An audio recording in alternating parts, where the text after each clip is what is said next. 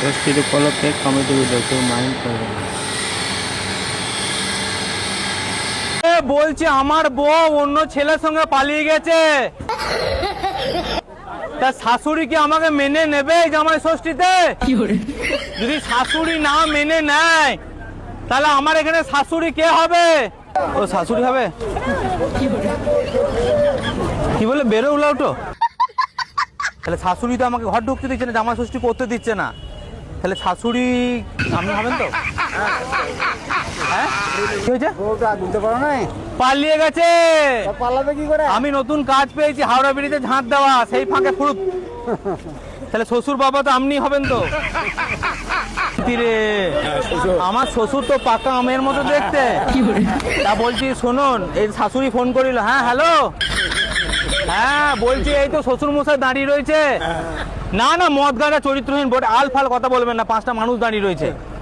মদ গাঁজা চরিত্রহীন আমার শ্বশুর বটে তো বলছেন না, ভালো শ্বশুর। তা নিয়ে যাবে তো? হ্যাঁ তাহলে শাশুড়ি কি বলছে আবার কথা বলে নিন। ওকে বলে নিন যে নুন তেলটা ও এনেছেন কি, কথা বলে নিন। কথা বলে নিন যে নুন তেলটা, যে নুন তেলটা তুমি আনো, আমি জামাইকে নিয়ে যাচ্ছি। কথাটা বললে না, নুন তেল আমি নিয়ে গেছি। নুন তেলটা বলো, নুন তেলটা আমি নিয়ে যাচ্ছি, জামাই যাচ্ছে বলো। আমি নুন তেল দেবো, জামাই যাচ্ছে। হ্যাঁ জামাই যাচ্ছে, ঠিক আছে। হ্যাঁ রাখুন রাখুন। বলছি যে আমার বউ। না আমি এক কথা বলছি, বলো। তুমি তো তোমার বউ তো পালাইছে। পালাই নাই, তবে?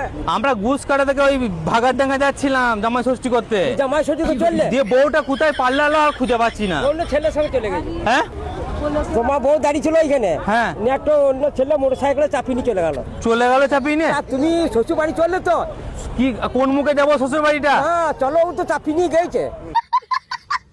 সে তো অন্য জায়গায় নিয়ে যাবো, ও কি আমার শ্বশুর বাড়ি নিয়ে যাবে? তা ভাই আমি মাছ মাংস খেতে পাই নাই অনেক দিন, তা তুমি শ্বশুর বাড়ি তোমার সাথে যাই, আমি তো একটু খেতে পাবো। শ্বশুরের মেয়ে হারিয়ে গিয়েছে, আবার আমি একটা লোককে একটা নিয়ে যাবো, সে মাছ মাংস খাওয়াবে। তা ঠিক বলবে, এই কাকা আমার খোঁজ খবর দিল। বাড়িতে বড় মুখ গুড় আছে?